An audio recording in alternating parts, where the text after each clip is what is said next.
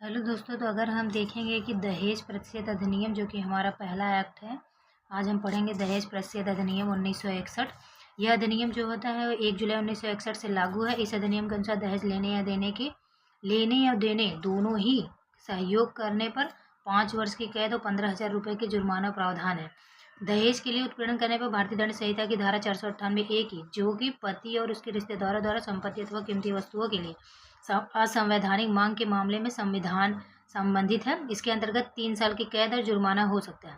और फिर यही अगर हम 406 को देखेंगे तो उसमें ससुराल वालों और 3 साल की कैद और या तो दोनों, यदि वे लड़की के इस धन को उसे सौंपने से मना कर रहे हैं। जैसे कि अगर कुछ भी है, अगर लड़की आई है यहाँ ब्याह करके, उसको जो मुँह दिखाई वगैरह मिलता है वो भी उसी का हक होता है। उस पर कोई भी मतलब कि हमारे ससुराल वाले उस चीज़ को ले नहीं सकते।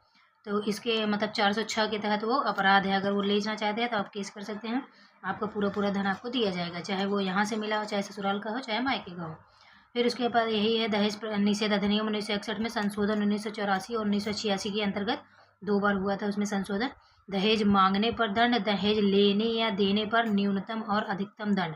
दहेज मांगने पर जो दंड होता है देखेंगे तो इसमें एक्ट जो 3 होता है, उसके तहत मतलब 2 में परिभाषा दिया गया है, 3 के तहत दहेज लेना या देना दोनों गलत है। तो यही चीज़ कहा गया है। और विवाह के संबंध में धन देने वाले विज्ञापनों पर प्रतिबंध तथा विवाह के समय वर या वधू के दिए जाने वाले उपहारों को निर्दिष्ट करने आदि की धाराएं शामिल की गई हैं, जो कि उसमें 1961 से अब 1984 1986 में जोड़े गए हैं। इस चीज़ को अगर हम विस्तार में देखेंगे तो उसको हम कल के वीडियो में देखेंगे। Thank you everyone. Thank you so much.